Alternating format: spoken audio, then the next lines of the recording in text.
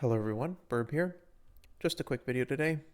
Before the champions meeting, I do like to go over my team and the construction process that I went through to build 3 Umas for champions meeting.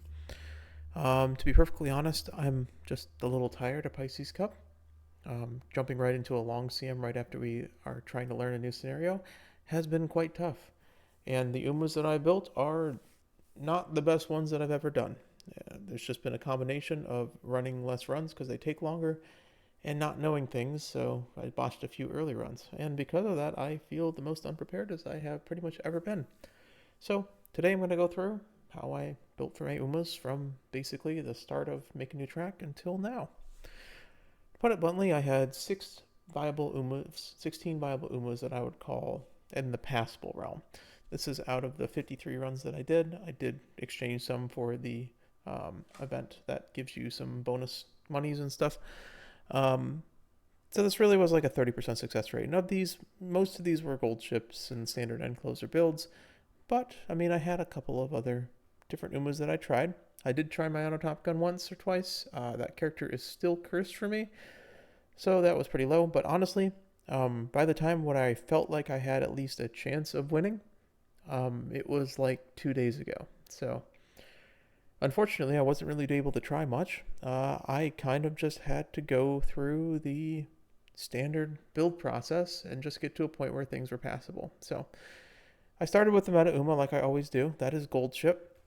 Originally, because I was learning make a new track or track blazer, I sort of was shifting odds and ends back between just a solo Super Creek build because of the 20% stamina coefficient, or just trying to go a Super Creek and then supplement with Hishi Amazon to try to get straightaway spurt. I learned very quickly in this scenario that the hint cards don't really matter because you don't really get that many hints at all, honestly.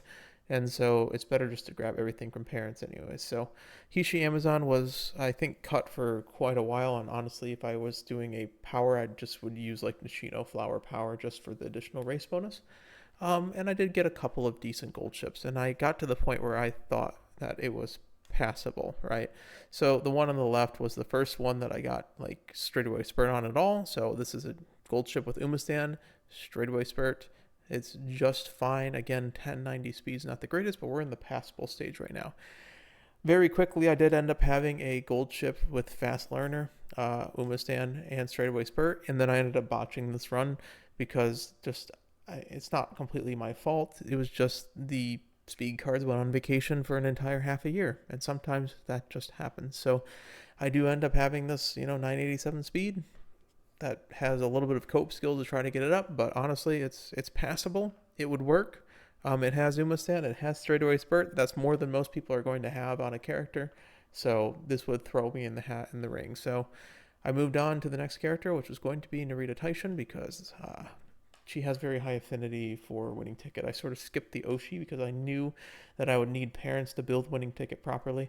So one of these parents, of course, is Narita Taishin because of the super high affinity, and also she happens to be a somewhat meta character, if not the best end closer if I do spend enough time on it. But again, we had so many problems building this CM that I don't know what it was. Most of the time I would try this double stamina build. Eventually I would end up cutting the Manhattan Cafe because I just found it didn't really affect how much stamina output I was getting because it basically meant that I had to touch the speed button more because I had less speed output. So instead, I would just run a 3 speed build, and then I would be able to hit Super Creek when she was on the stamina button because when I pressed the speed button with 3 glowing buttons on it, it would be like 120 speed. So had some quick early ones. The biggest problem on Narita Taishin is for some reason we were just even like just bumping her mile aptitude up 1. We were just never hitting long, and we were never hitting Umastan. So I have some that have Umastan and no long S.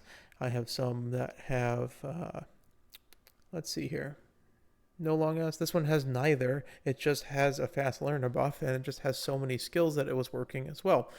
Again, like I said, I would eventually swap over to a 3 speed deck. Shinko Wendy's just an incredible card to do.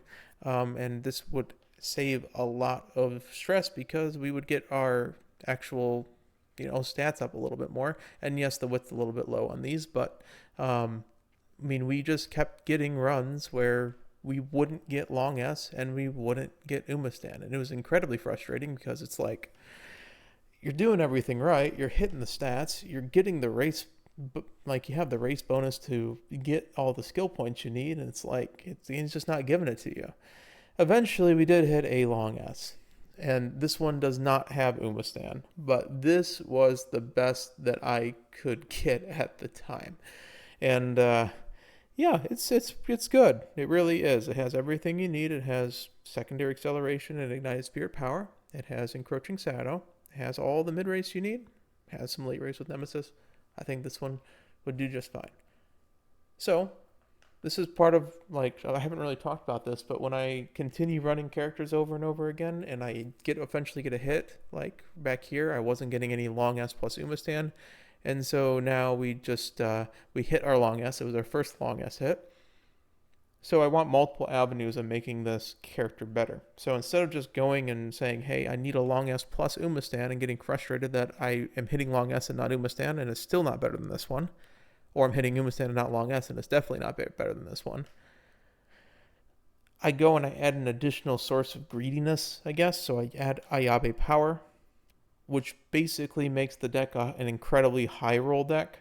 And I have 2 win conditions at this point, which is I could get a Daring Strike Uma with long S, or I could get a Daring Strike Uma with Umastan, or I could get an Umastan with long S. So I have 3 ways of getting a better Taishin than I have now, rather than just the one situation where I high roll both things at once. Just something that I do to make it feel a little less monotonous. So eventually, funnily enough, we do get one that has Daring Strike, but as you can see, no Umastan, and we don't even get Professor of Curvature. So Kittison Black doesn't actually do the chain event, and nor does Super Creek. And this has just been the frustration this CM for me, is that I feel like I'm doing everything right in this scenario.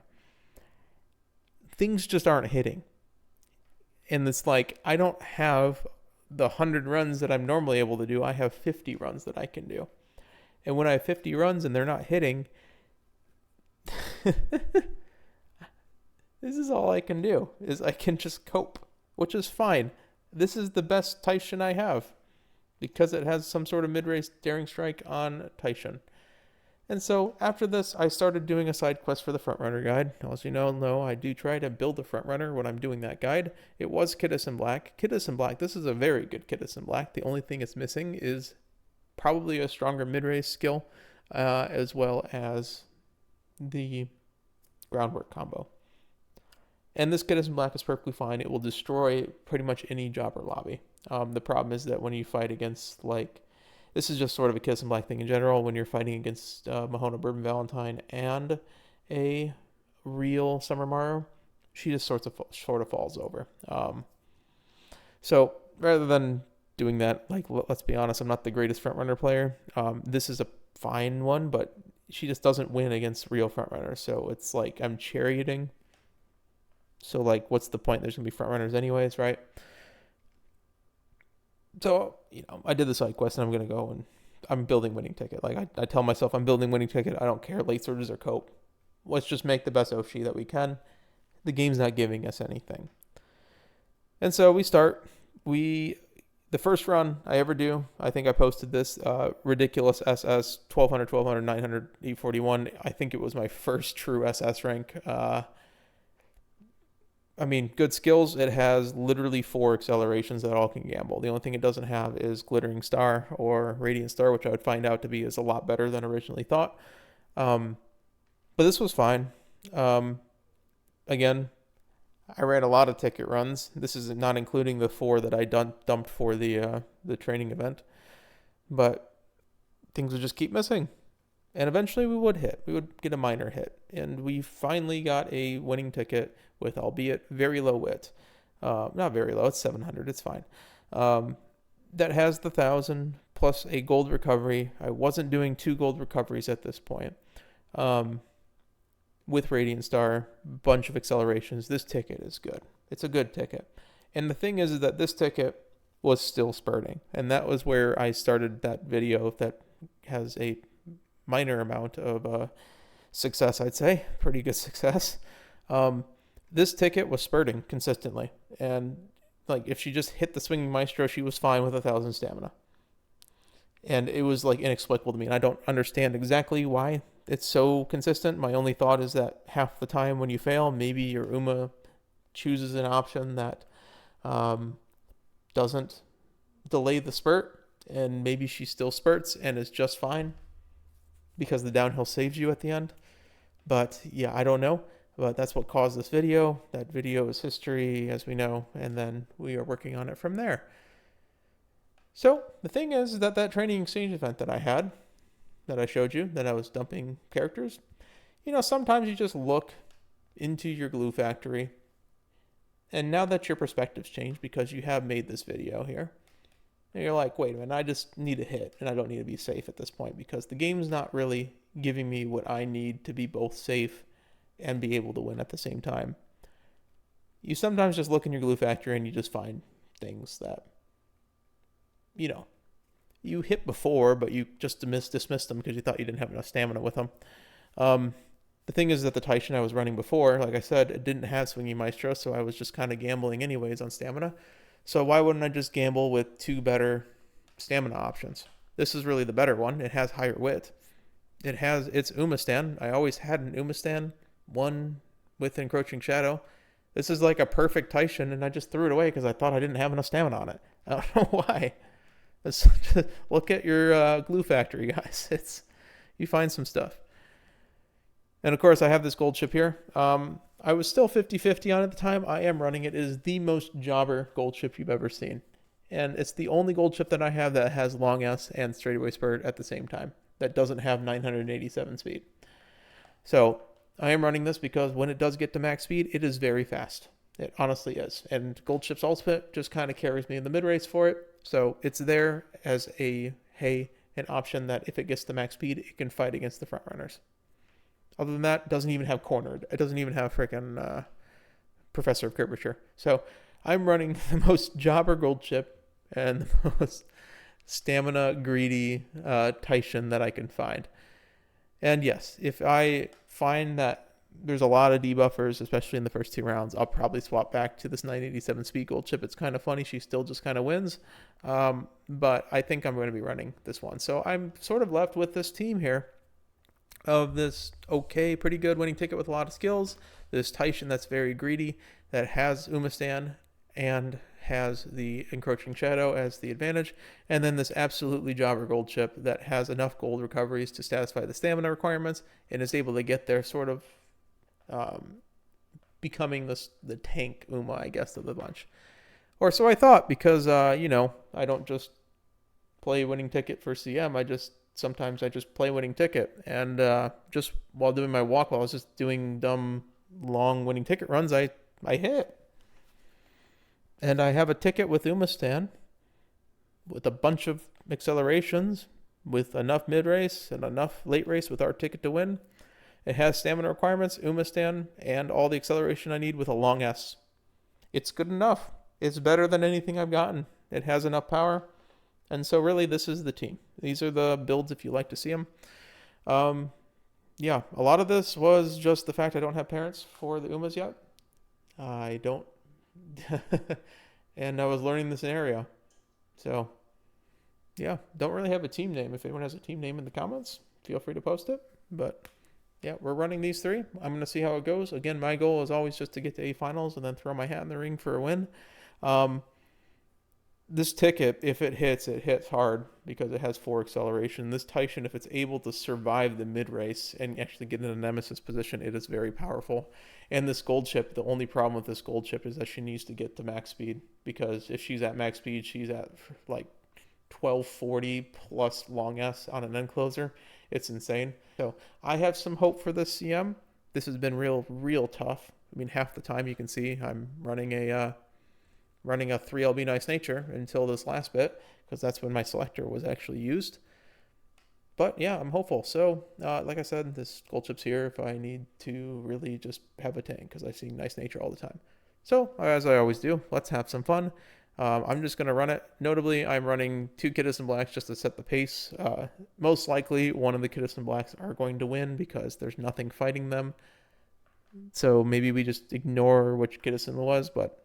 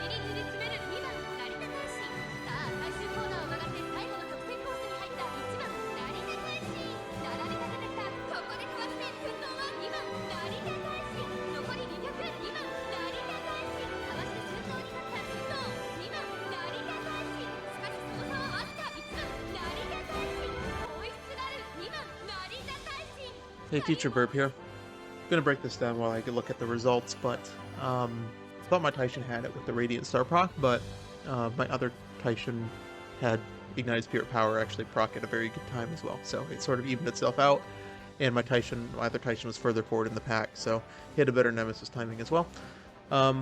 Otherwise, honestly, not too disappointed with the results. Taishin was in second, Gold Ship was in third. Ticket just didn't hit on your left on time. That happens. It's a late surger thing.